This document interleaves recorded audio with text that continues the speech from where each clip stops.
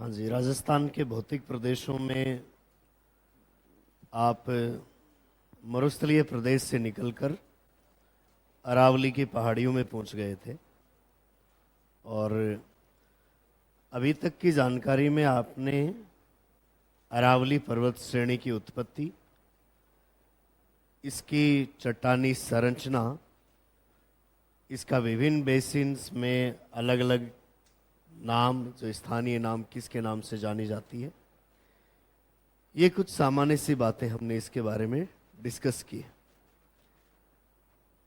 अरावली पर्वत श्रेणी में कुछ महत्वपूर्ण चोटियां हैं और बहुत बार आप देखते हैं परीक्षाओं में उन पर्वत चोटियों का प्रश्न आता है।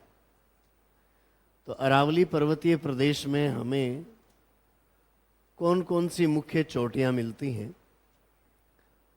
यदि हम अरावली पर्वतीय प्रदेश को 3 उपभागों में बांटकर देखें तो अलग अलग एरिया में पाई जाने वाली जो पर्वत चोटियां हैं, ऊंचाई की दृष्टि से उनमें आपको एक तो ऊंचाई का ही प्रश्न पूछा जाता है, दूसरा ये भी पूछ लेते हैं कि कौन सी कहाँ पर स्थित है। पर्वत चोटियों में कई बार इस तरीके का प्रश्न भी देखा गया है कि निम्नलिखित पर्वत चोटियों को उनकी ऊंचाई के घटते क्रम या बढ़ते क्रम में व्यवस्थित कीजिए। इस तरीके का प्रश्न भी देखा गया है। औसत रूप से देखा जाए तो अरावली की ऊंचाई है कितनी? 930 मीटर, लेकिन इसमें 1500 मीटर से भी अधिक ऊंचाई वाली कई चोटियां पाई जाती। अरावली पर्वतीय प्रदेश को सामान्यतः हम 3 भागों में बांटेंगे। सबसे पहला ये जो भाग है इसको हम कहते हैं दक्षिणी अरावली।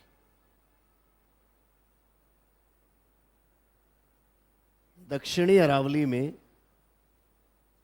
उदयपुर, राजसमंद और सिरोही जिले की पहाड़ियां आती हैं और साथ ही उनके बीच में जो मेवाड़ का पठारी खंड है, जो कई उपभागों के रूप में है, वो भी इसमें शामिल है।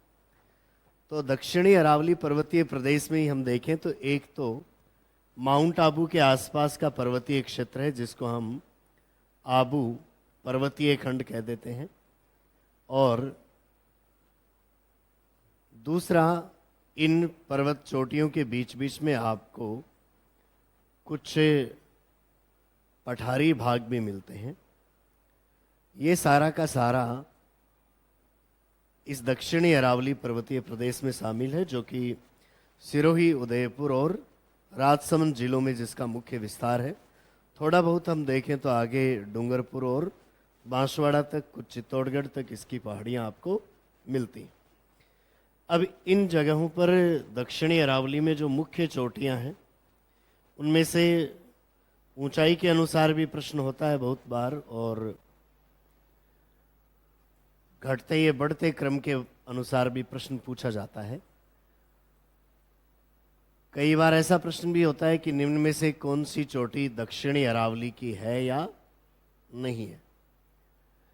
तो दक्षिणी अरावली में जो प्रमुख चोटियां हैं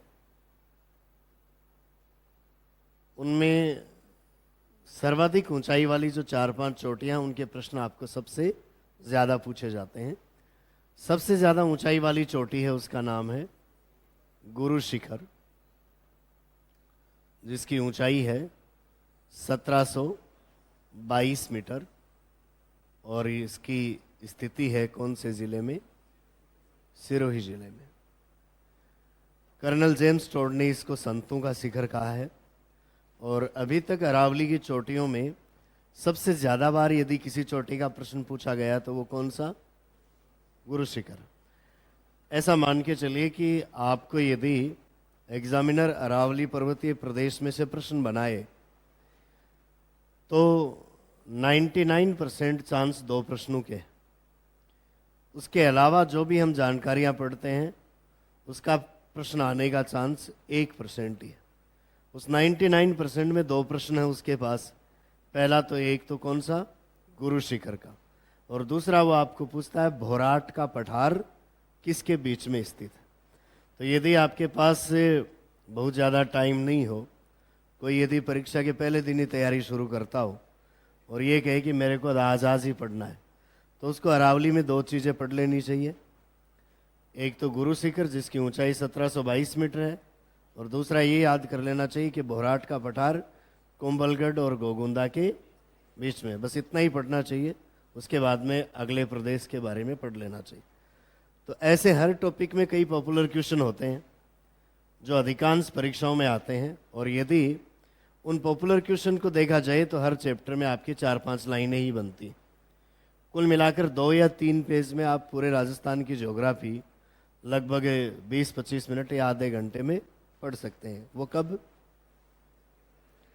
जब ये हो कि कल परीक्षा है और अभी तक तैयारी नहीं किया, आज ही पढ़ना है, तब ये शॉर्ट में पढ़ने का तरीका। उसमें से कुछ न कुछ प्रश्न आते ज़रूर हैं, ऐसा नहीं कि एक भी नहीं आता है, या ऐसा भी नहीं है कि सारे ही आ जाते हैं।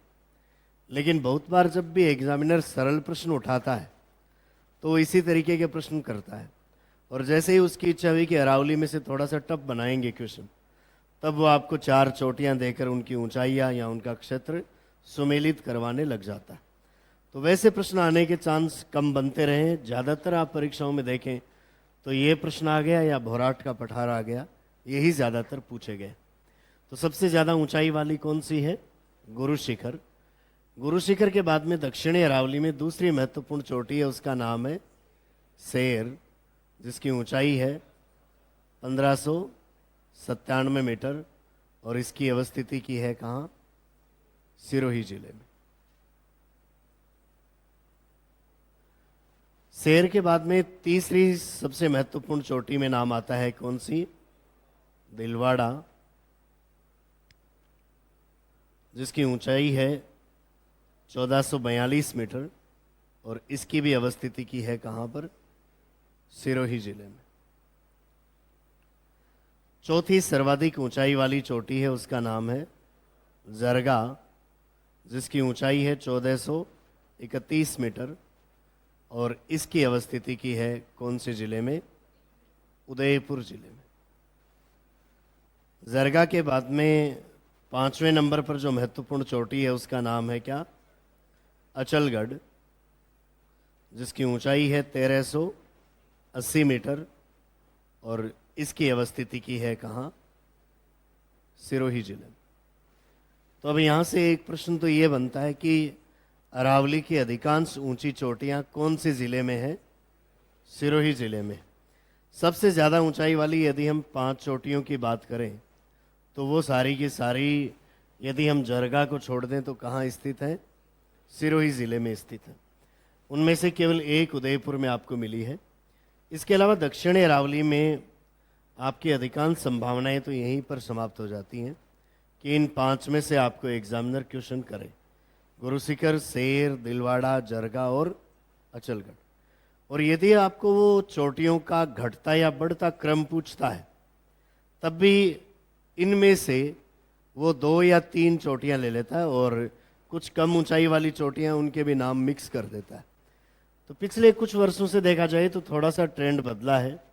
एग्जामिनर ने ये देखा कि ऊपर वाली 5 है, ये हर परीक्षा में ही आ रही हैं और आप लोग बार बार सही करके आ रहे थे, तो उन्होंने थोड़ा सा कम ऊंचाई वाली और जो कम महत्वपूर्ण चोटियां हैं उनको भी पूछना शुरू कर दिया। कई परीक्षाओं में आई हुई है, सीक्वेंस भी उनका पूछ लिया गया है।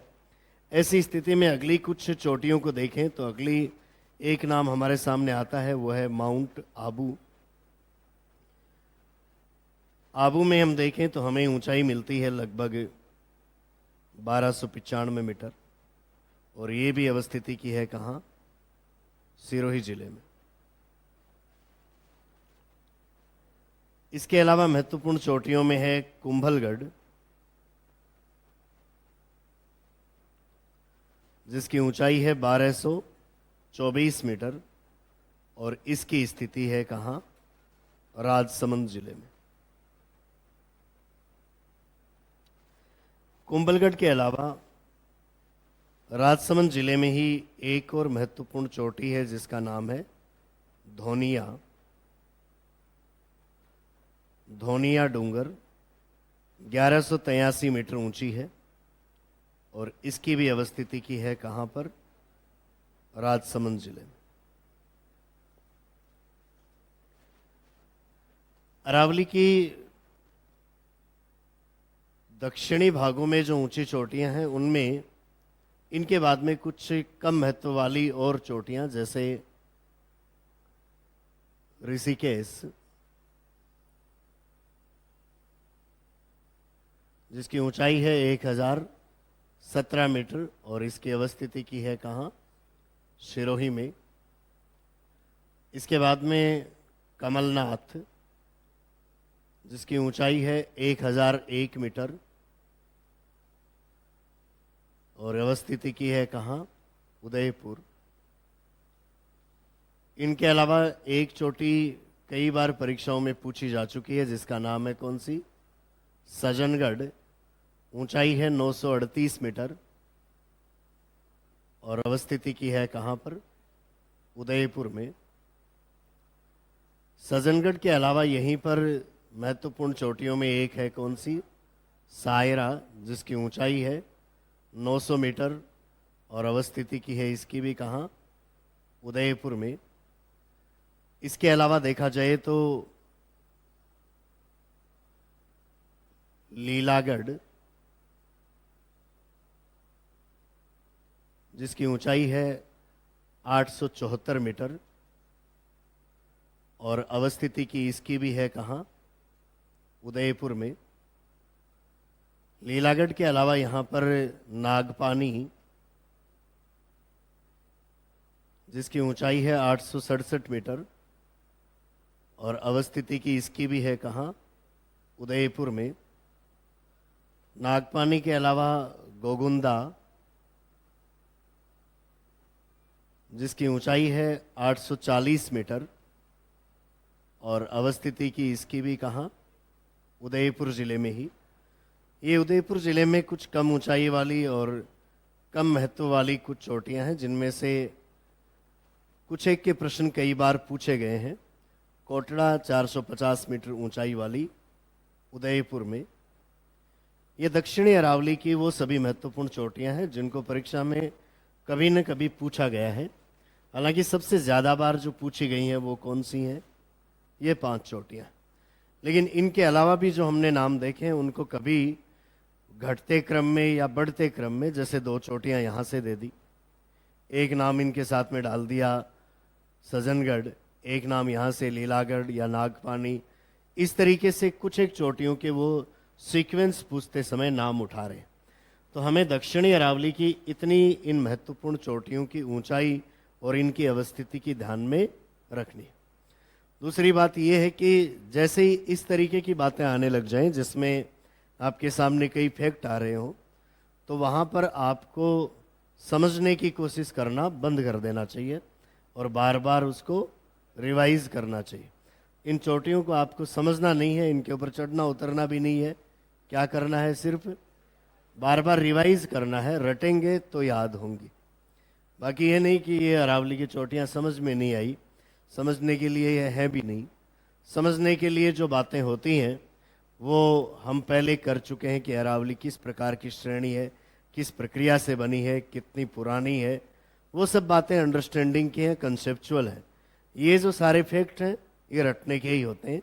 तो इनको 2 या 4-5 बार आप जितनी बार रिवाइज करते हो, एक बार में सारी की सारी चोटियाँ याद नहीं होती हैं। थोड़े समय बाद में हम भूल जाते हैं। तो भूल रहे हैं वो कोई बीमारी नहीं है, वो एक स्वाभाविक प्रक्रिया है। क्योंकि आप ये सारे नाम पढ़ेंगे, हो सकता है कि पहली बार में हमें गुरु शिखर एक ही याद रहा। ऐसा नहीं है कि जितने 15 नाम लिखे थे सारे ही गायब हो गए, एक भी याद नहीं रहा। फिर धीरे धीरे हमें नाम याद रहने लग जाएंगे और इतना पता रहने लग जाएगा कि ये चोटी अरावली की है। धीरे धीरे स्थिति ये क्लियर हो जाएगी कि ये दक्षिणी अरावली की है। उसके बाद में कभी किसी चोटी की ऊंचाई, कभी किसी की ऊंचाई, ऐसे एक एक करके जो चोटियों की ऊंचाई है वो याद होती जाएगी और उनकी अवस्थिति की याद होती जाएगी।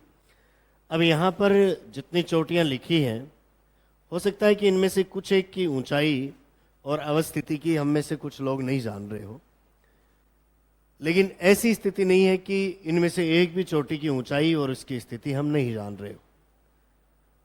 कम से कम गुरु शिखर के बारे में सबको जानकारी है।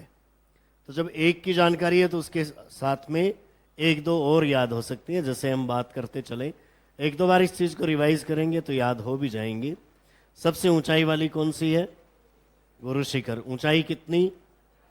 1722 और जिला सिरोही। 2 नंबर पर है शेर, ऊंचाई है, और जिला 3 नंबर पर है, ऊंचाई है और जिला। उसके बाद में 4 नंबर पर है ऊंचाई और जिला।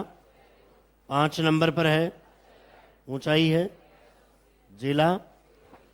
ये 5 तो है सबसे ज़्यादा महत्व वाली, और लगभग ये स्थिति ये है कि अधिकांश कैंडिडेट को इन 5 के लेकर तो किसी भी प्रकार का कोई संशय नहीं है। ये 5 अधिकांश अभ्यर्थियों को याद रहती ही है, क्योंकि बहुत बार पूछी गई हैं, इसलिए बार बार परीक्षा में आई तो आपके साथ में एक एक नाम जुड़ता गया और 5 आपने बहुत ज़्यादा याद कर ली हो। लेकिन उसके बाद की जो चोटियां हैं, हालांकि आपको सीक्वेंस से नंबर नहीं पूछेगा कि 10 नंबर की चोटी का नाम बताओ, क्योंकि कोई ज़रूरी नहीं जो यहाँ 10 नंबर लिखा है वो अरावली में 10 नंबर की हो ही। हम उन चोटियों का नाम लिख रहे हैं जो परीक्षा की दृष्टि से महत्व वाली हो सकती। बाकी ऐसा नहीं है कि 840 मीटर से अधिक ऊंचाई वाली 15 ही चोटियां हो, 40-50 और भी हैं, लेकिन उनके नाम नहीं पूछे जाते। जो महत्व वाली हैं उन्हीं के नाम हम पढ़ रहे हैं। माउंट आबू का नाम पूछा जा सकता है, ऊंचाई है लगभग 1295 मीटर, जिला। उसके बाद में कोंबलगढ़, ऊंचाई है और जिला है राजसमंद। कोंबलगढ़ के अलावा धौनिया डूंगर, ऊंचाई है 1183 मीटर और राजसमंद। हालांकि इसका प्रश्न अभी एक परीक्षा में पूछा है, पहले नहीं पूछ रहे थे। कोंबलगढ़ का पूछा हुआ था, इनका पूछा हुआ था, इसका भी पूछा है 1183 मीटर राजसमंद। उसके बाद में चलें तो अगली कौन सी? ऋषिकेश, ऊंचाई 1017 मीटर, जिला सिरोही। उसके बाद में है कमलनाथ, ऊंचाई 1001 मीटर और जिला है उदयपुर। 1000 मीटर से अधिक ऊंचाई वाली ये 10 सबसे ज़्यादा महत्व की चोटियां हुई। उसके बाद में सज्जनगढ़ को काफ़ी बार पूछा गया है, क्योंकि ऐतिहासिक दृष्टि से भी काफ़ी महत्व का स्थल रहा है, इसलिए बार बार परीक्षाओं में पूछ लिया गया। सज्जनगढ़ की ऊंचाई है कितनी? 938 और स्थिति। अब आगे अधिकांश चोटियां हम उदयपुर की देख रहे हैं। सज्जनगढ़ के अलावा इसी एरिया में और कौन सी है?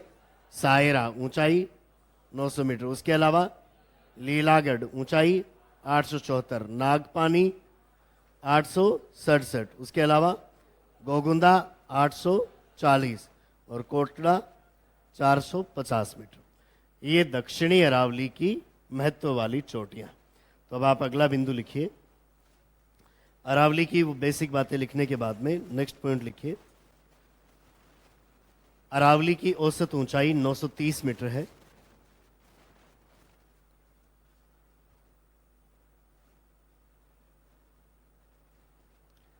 अरावली की औसत ऊंचाई 930 मीटर है।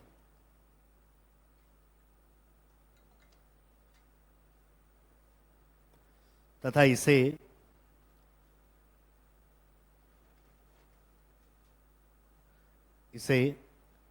3 उपभागों में 3 उपभागों में बांटा गया है।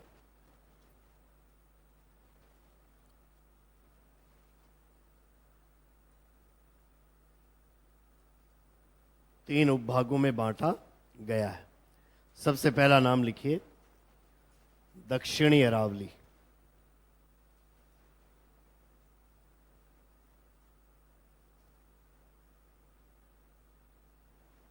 दक्षिणी अरावली, इसके सामने लिखिए। इसके अंतर्गत सिरोही, उदयपुर व राजसमंद जिलों का, इसके अंतर्गत सिरोही,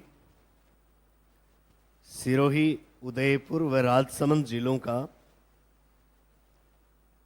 क्षेत्र आता है।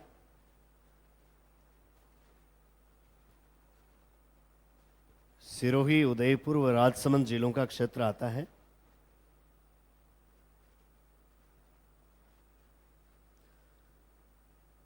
जिसमें जिसमें आबू पर्वतीय खंड, जिसमें आबू पर्वतीय खंड तथा मेवाड़ के पठारी उपभाग, आबू पर्वतीय खंड तथा मेवाड़ के पठारी उपभाग शामिल हैं। मेवाड़ के पठारी उपभाग शामिल हैं।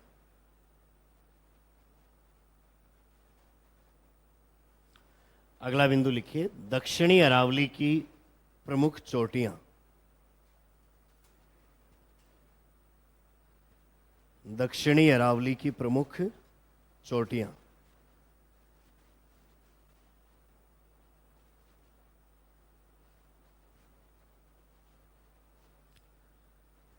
अब आपको इन सब महत्वपूर्ण चोटियों की जानकारी लिखनी है। सबसे पहले लिखिए, गुरु शिखर 1722 मीटर, गुरु शिखर 1722 मीटर, और सामने जिला लिखिए सिरोही। गुरु शिखर 1722 मीटर, जिला लिखिए सिरोही, और इसके सामने लिखिए, कर्नल जेम्स टोड ने इसे संतों का शिखर कहा है।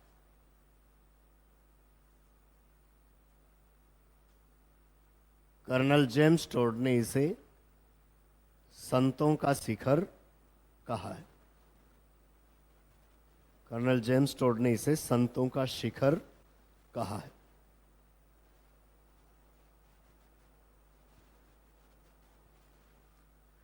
गुरु शिखर के बाद में नेक्स्ट लिखिए शेर 1597 मीटर, सिरोही।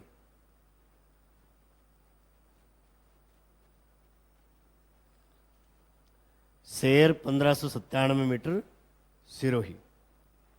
तीसरे लिखिए दिलवाड़ा 1442 मीटर, सिरोही।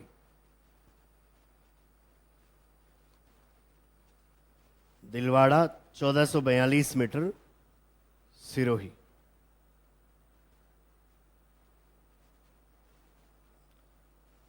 उसके बाद में लिखिए जरगा 1431 मीटर, उदयपुर।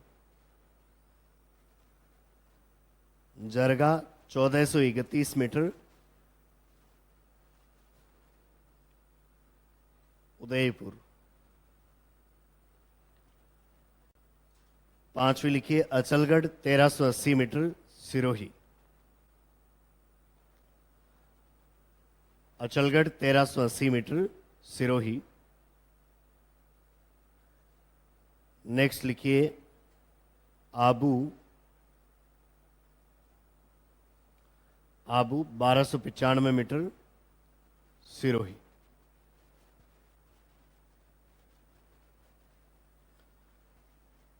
नेक्स्ट लिखिए कुंभलगढ़ 1224 मीटर, राजसमंद।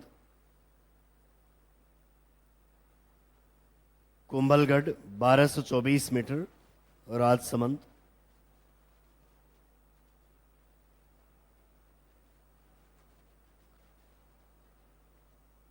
अगला नाम लिखिए Dhoniya Dungar 1183 metre, Rajsamand. Dhoniya Dungar 1183 metre, Rajsamand.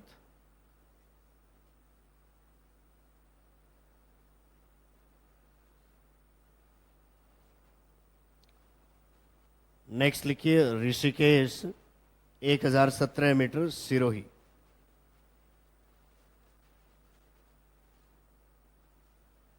Rishikesh 1017 metre, Sirohi. Next Kamalnath 1001 metre, Udaipur. Kamalnath 1001 metre, Udaipur.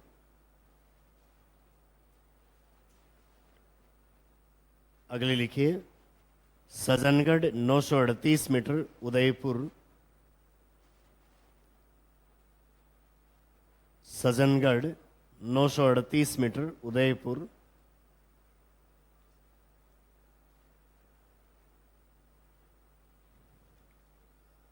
Sayra 900 metre, Udaipur.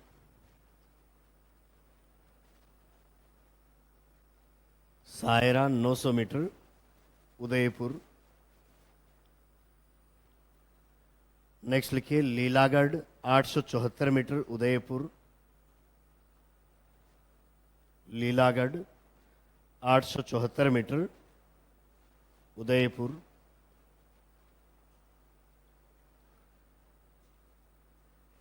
अगला नाम लिखिए नागपानी 867 मीटर उदयपुर।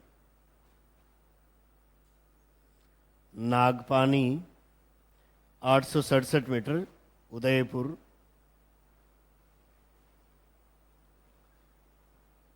नाग पहाड़ी के नाम से आए तब एक आपको अजमेर में मिलेगी, वो अलग है। नाग पानी के नाम से आए तो कौन सी है? उदयपुर में। गोगुंदा 840 मीटर उदयपुर। गोगुंदा 840 मीटर उदयपुर। और कोटड़ा 450 मीटर उदयपुर। कोटड़ा 450 मीटर उदयपुर।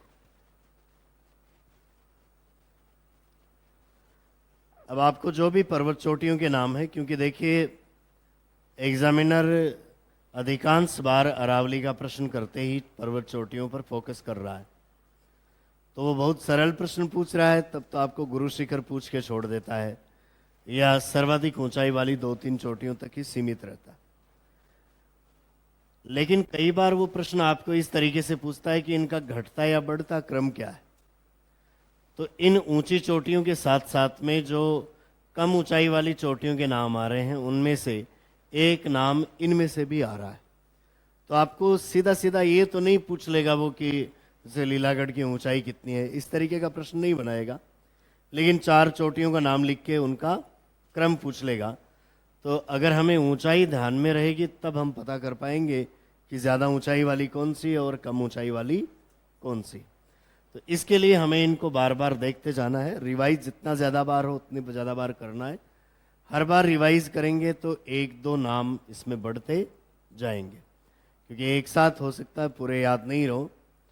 तो जैसे जैसे आप बार बार उनको पढ़ेंगे वो नाम जुड़ते जाएंगे और धीरे धीरे वो फिर स्थायी हो सकते हैं, या जिस दिन एग्ज़ाम हो उस दिन आपको रिकॉल हो सकता है कि ये पढ़ा हुआ है और ये कम ऊंचाई की पड़ी हुई है, ये ज़्यादा ऊंचाई की पड़ी हुई है, या इस चोटी को मैंने दक्षिणी अरावली में पढ़ा था, इसका नाम उत्तरी अरावली में पढ़ा था, इस तरीके से।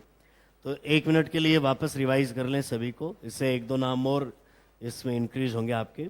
सबसे पहली देखिए कौन सी है? गुरु शिखर। ऊंचाई और जिला। उस दूसरी ऊंचाई है और जिला। उसके बाद में ऊंचाई और जिला। उसके बाद में है ऊंचाई है और जिला। उसके बाद में है ऊंचाई और जिला। उसके बाद में है ऊंचाई है और जिला है। उसके बाद है ऊंचाई और जिला। उसके बाद ऊंचाई जिला। नेक्स्ट है ऊंचाई और जिला। उसके बाद ऊंचाई। अब आगे वाली चोटियां है किसकी? सारी उदयपुर की है। कमलनाथ के बाद में ऊंचाई, फिर ऊंचाई, फिर है ऊंचाई, उसके बाद ऊंचाई, उसके बाद ऊंचाई और फिर है और ऊंचाई। ये कम ऊंचाई वाली ज़्यादातर चोटियां किस में है? उदयपुर में है। जरगा यहाँ पर थोड़ी ऊंची है, बाकी अधिकांश आप देखेंगे तो 1000 से नीचे ही मिलती। 1000 मीटर से अधिक ऊंचाई वाली ज़्यादातर चोटियां किस में है?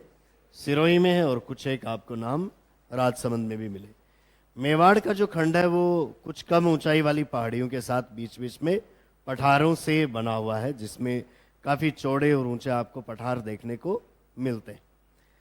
यहाँ पर आबू पर्वतीय खंड की बात करें तो ये एक विशाल पर्वतीय क्षेत्र है, आबू और उसके आसपास का एरिया। इसको हम रचना की दृष्टि से बात करें तो एक इंसेलबर्ग की संज्ञा दी जा सकती है। और इस आबू पर्वतीय खंड में इसकी उत्पत्ति की बात करें तो इसकी संरचना एक बेथोलित से मिलती जुलती है। अब ये दो शब्द हैं जो एग्जामिनर ने परीक्षा में एक बार पूछे हैं। क्या है ये? सबसे पहली बात, बेथोलित की हम बात करें, ज्वालामुखी का लावा जब भूगर्भ के अंदर एक गुंबद जैसी आकृति में ही जम जाए, जैसे ये पृथ्वी के अंदर लावा का जमाव हो गया, कैसा? गुंबद की आकृति में। और जब अपर्दन होता है उसके बाद में ये आसपास की चट्टानें जब हट जाती हैं तो ये गुंबद नुमा भाग आपको पृथ्वी की सतह पर ऐसे बाहर निकला हुआ दिखाई देता है। तो भूगर्भ में जमा हुआ जो बहुत बड़ा लावा का गुंबद होता है उसका नाम होता है क्या? बेथोलित। आबू खंड को देखेंगे तो वो वास्तव में एक बहुत बड़ा लावा का जमाव वाला गुंबद नुमा आकृति थी। उसके आसपास की मुलायम चट्टानें हटने के बाद में वो गुंबद आपको धरातल के ऊपर स्पष्ट दिखाई देने लगा।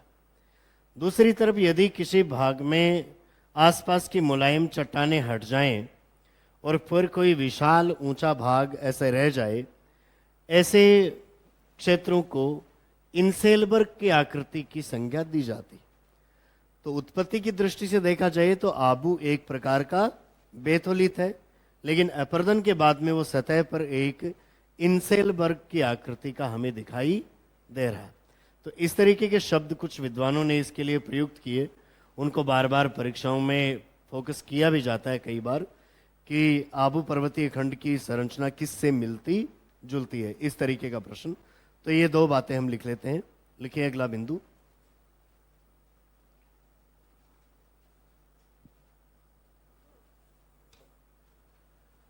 आबू पर्वतीय खंड का जमाव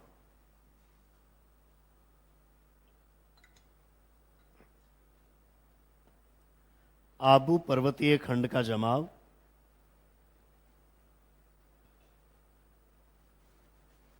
लावा के एक विशाल गुंबद की तरह है। लावा के एक विशाल गुंबद की तरह है।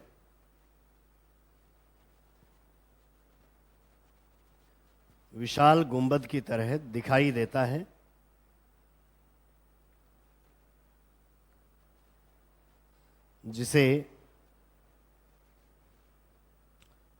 जिसे बेथोलित कहा जाता है। जिसे बेथोलित कहा जाता है।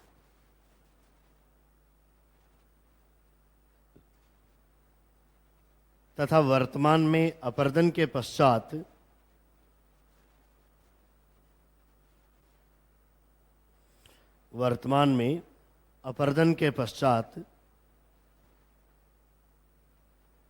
अपर्दन के पश्चात यह सतह पर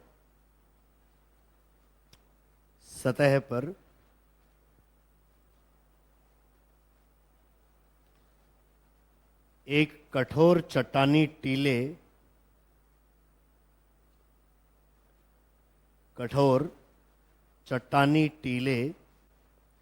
या इंसेलबर्ग जैसी आकृति में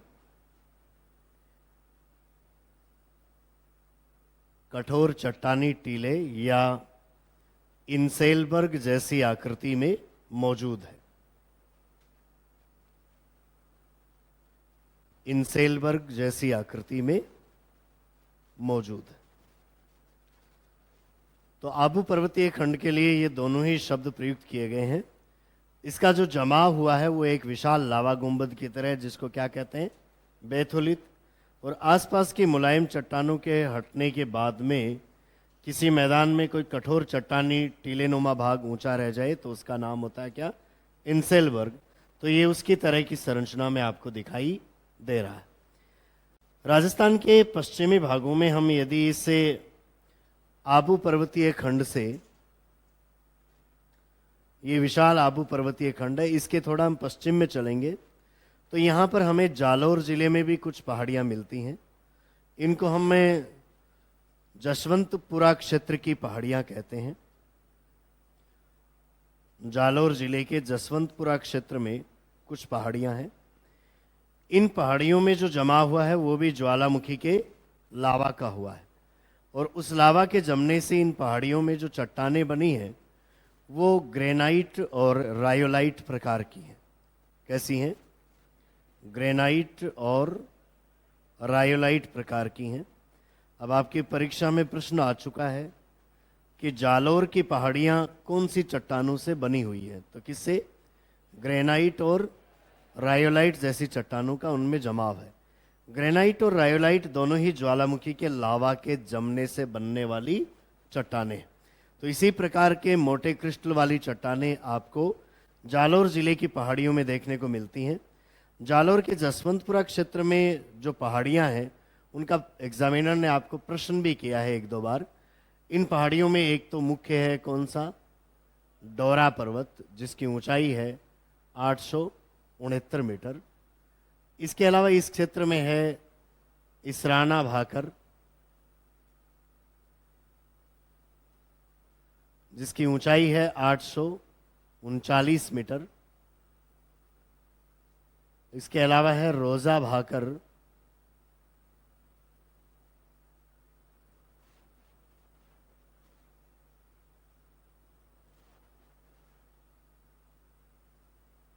रोजा भाकर जिसकी ऊंचाई है 730 मीटर, और एक झारोला पहाड़ी जिसकी ऊंचाई है 588 मीटर। इन चारों पहाड़ियों का ऊंचाई के अनुसार परीक्षा में क्रम पूछा जा चुका है कि कौन सी ज़्यादा ऊंची है, कौन सी कम ऊंची है। ऊंचाई के अनुसार घटता क्रम बताइए। तो सबसे ज़्यादा ऊंची है कौन सी? डोरा, जिसकी ऊंचाई है कितनी?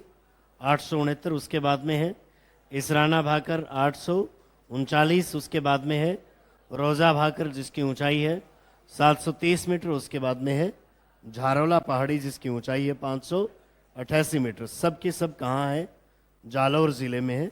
इसके आगे आपको सिवाना क्षेत्र में जो गोलाकार पहाड़ियाँ मिलती हैं उनको हम 56 की पहाड़ियों के नाम से जानते हैं। उनका रेफरेंस हम पहले लिख चुके थे। इनमें जो लावा का जमाव है जालौर ज़िले की पहाड़ियों में वो कैसा है? ग्रेनाइट और राइलाइट चट्टानों के रूप में। तो ये प्रश्न भी एग्जाम में आ चुका है कि कौन सी चट्टानों का इनमें जमाव है, और दूसरा ये प्रश्न भी आ चुका है कि इन पहाड़ियों का ऊंचाई की दृष्टि से घटता क्रम क्या है। तो अगला बिंदु लिखिए, आबू पर्वतीय खंड के पश्चिम में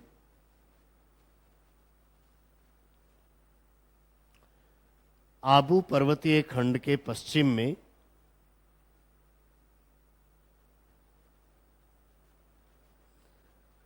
जालौर जिले के जसवंतपुरा क्षेत्र की पहाड़ियां हैं। जालौर जिले के जसवंतपुरा क्षेत्र की पहाड़ियां हैं,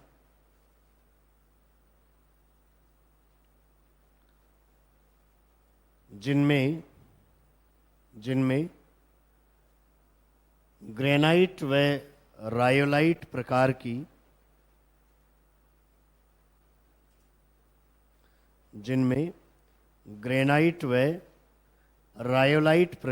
चट्टानों का जमाव है। ग्रेनाइट व रायोलाइट प्रकार की चट्टानों का जमाव है।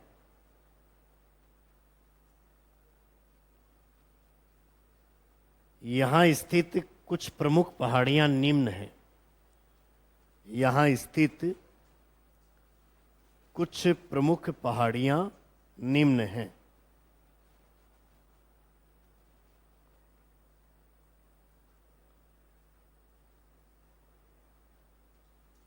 पहला नाम लिखिए डोरा, और ऊंचाई लिखिए 869 मीटर। डोरा 869 metre.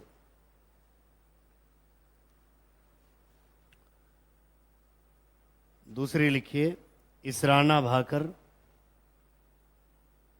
839 metre. Israna Bhakar 839 metre.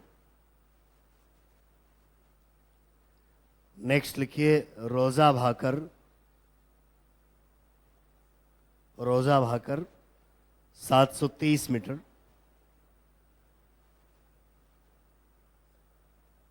और अगला नाम लिखिए झारोला, झारोला 588 मीटर, झारोला 588 मीटर।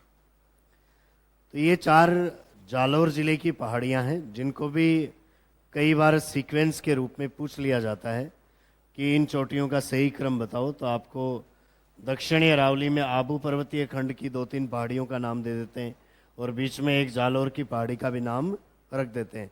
फिर सीक्वेंस पहचानो। तो आप यदि ऊंचाई के बारे में जानते हो सबकी, तब तो आप सेट कर दोगे कि कौन सी पहले आएगी और कौन सी बाद में आएगी। इसमें क्रम ऐसे भी पूछा जा सकता है कई बार कि पश्चिम से पूर्व की ओर क्रम बताओ। तो पश्चिम से पूर्व की ओर आपको ऐसे प्रत्येक पहाड़ी का क्रम तो नहीं देखा जाएगा, लेकिन वो आपको फिर ऐसे ऑप्शन देंगे, वो जिले के अनुसार होंगे। जैसे एक ऑप्शन दे दिया जालौर की पहाड़ी का, एक दे दिया आपको सिरोही से, एक दे दिया आपको उदयपुर से। तो फिर पहचान की जा सकती है कि पश्चिम में कौन सी है और पूर्व में कौन सी है, क्योंकि जालौर की पहाड़ी का नाम दिया है वो सबसे किधर होगी, पश्चिम में। फिर आपको सिरोही नाम दिया वो उसके बाद में आएगी, और उदयपुर की पहाड़ियाँ उसके भी पूर्व में आएंगी।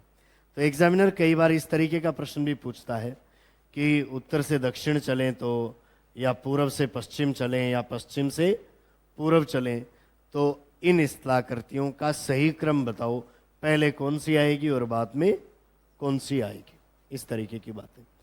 इस दक्षिणी अरावली पर्वतीय प्रदेश में पहाड़ियों के अलावा बीच बीच में कुछ अत्यधिक ऊंचे और समतल भूभाग हैं, पठार हैं।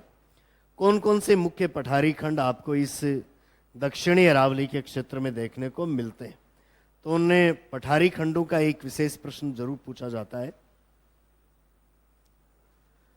सबसे पहली बात तो हम करेंगे यहां पर दक्षिणी अरावली में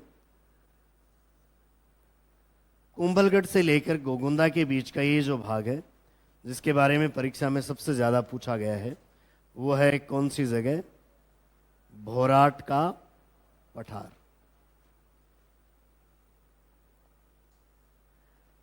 भोराट के पठार के ऊपर ही जरगा चोटी है, जो कि उदयपुर जिले की सबसे ऊंची चोटी है, और इस भोराट के पठार की भी वो सबसे ऊंची चोटी है। भोराट के पठार में आप जो जरगा चोटी है और उससे लेकर रागा तक चलोगे तो उनके बीच का एरिया हमेशा हरा भरा रहता है, जिसको कहते हैं क्या, देश हरों के नाम से उसको जाना जाता है। इससे आगे चलेंगे दक्षिण में थोड़ा, तो यहां उदयपुर शहर से लेकर जयसमंद झील तक के बीच का जो क्षेत्र है, वो पठार कुछ नदियों नालों के द्वारा बहुत ज्यादा उबड़ खाबड़ है, कटा फटा है, और उस एरिया का नाम है क्या, लिसाड़िया। तो लिसाड़िया का पठार, ऐसा पूछा जाए कौन से जिले में स्थित है, तो उदयपुर में। और उदयपुर में भी कहां से कहां तक स्थित है, तो उदयपुर शहर से निकलकर डूंगरपुर की ओर चलेंगे तो जहां तक जयसमंद झील आती है वहां तक का एरिया है वो काफी ज्यादा कटा फटा है तो समतल, लेकिन उस पर नदियों नालों के द्वारा काफी ज्यादा कटाव करके घाटियों का निर्माण किया गया है। उस पूरे एरिया में जो पठारी खंड है, उस एरिया को ही हम जानते हैं किस नाम से, लिसाड़िया के नाम से। तो हम उसको कहेंगे लिसाड़िया का पठार। जैसे सीकर में पठार हो तो हम क्या कहेंगे, सीकर का पठार। वैसे ही लिसाड़िया में पठार है तो वो लिसाड़िया का पठार हुआ।